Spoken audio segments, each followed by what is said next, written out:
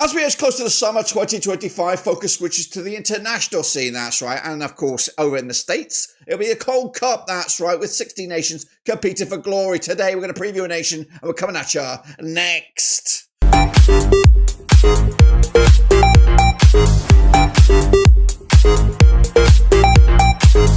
That's right, folks, but once again with another video today. We're previewing the Gold Cup. We're going to take a look at one of the nations taking part in this summer spectacular. We'll get to that in a second. Of course, if you're new, where you been? Smash your subscribe button. You want subscribe for Gold Cup, World Football, Blackburn Rovers. We've got it all here under one rooski. That's right, 16 nations from around the globe. That's right. We do have a guest nation taking part in this summer spectacular. We'll get to all of that in a second. Of course, big shout out to the members and the patrons. You know who you are. So what we'll do today is, of course, look at one of the nations, see their hopes and dreams heading into this summer tournament. Are they contenders? Will they get eliminated in the group stages? We'll take a look at all that.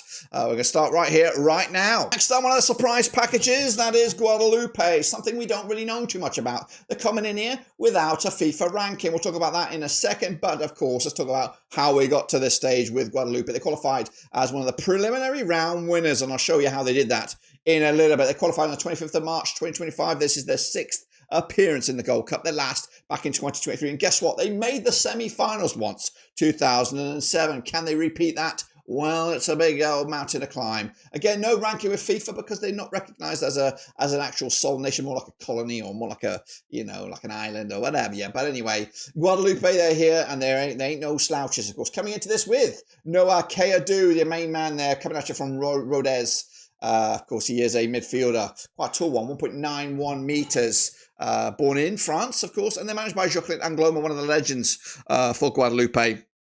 I think he was a French international, but 59 years of age, is appointed back in 2017, been here a while.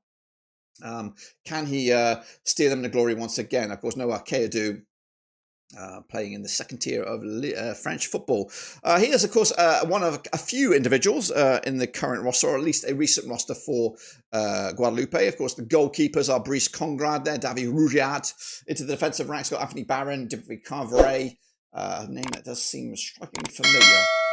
Nathaniel Santini as well, with Medellina competing to start a team for Guadeloupe. Meanwhile, at midfield, like Matthias Phaëton, Noah Kayadou, we talked about him, the most valuable player on the books. We've got Zoe and Moko. And up top, the likes of Thierry, Ambrose, Kennedy Mixture, and Alexander Ariate to compete up there. Well, this is, of course, the stats aren't great coming into this. Only one goal scored, 2025, and one goal created. And that was Jordan Lebaroni putting the goal in the back of the net with Thierry Ambrose providing the assist man. Well, the last or most recent starting 11 I have on the record here is this one with Brice Congrad between the sticks. We've got a back four of Nathaniel Santini, Dimitri Carveret, Jerome Roussillon, and Soren Moku.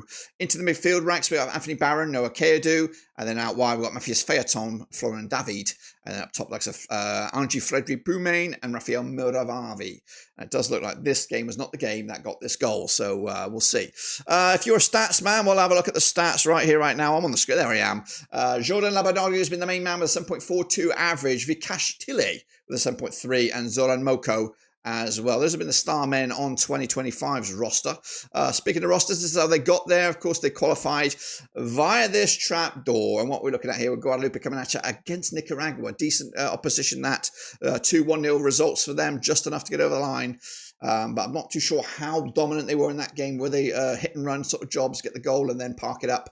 We'll see how they perform in this year's tournament. Well, they're in Group C, a very, very difficult Group C with the likes of Panama, Jamaica, and Guatemala. That's right. They're coming at you with Panama first off the block, 16th of June. That's the first match. Then they'll take on the Reggae Boys on the 20th, and they'll wrap it up against Guatemala on the 24th of June. This is the kit, though, coming into this with an all red, or majority red, green flash across the chest there and a star as well, very similar to the flag or the emblem that is of the Guadeloupean Football Federation. The away kit is green, bit of a reverse on the home kit, and of course they are based here right in the middle of the Atlantic alongside Montserrat, St. Kitts Nevis and Dominica, that's right. But what are the hopes and dreams for Guadeloupe coming into this?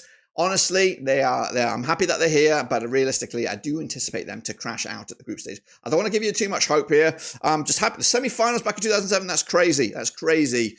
Unfortunately, you're in a very sticky little group here, and I think any joy, you're gonna have to basically draw a few games and just hope for the best. So we'll see just how well you get on in this tournament in June.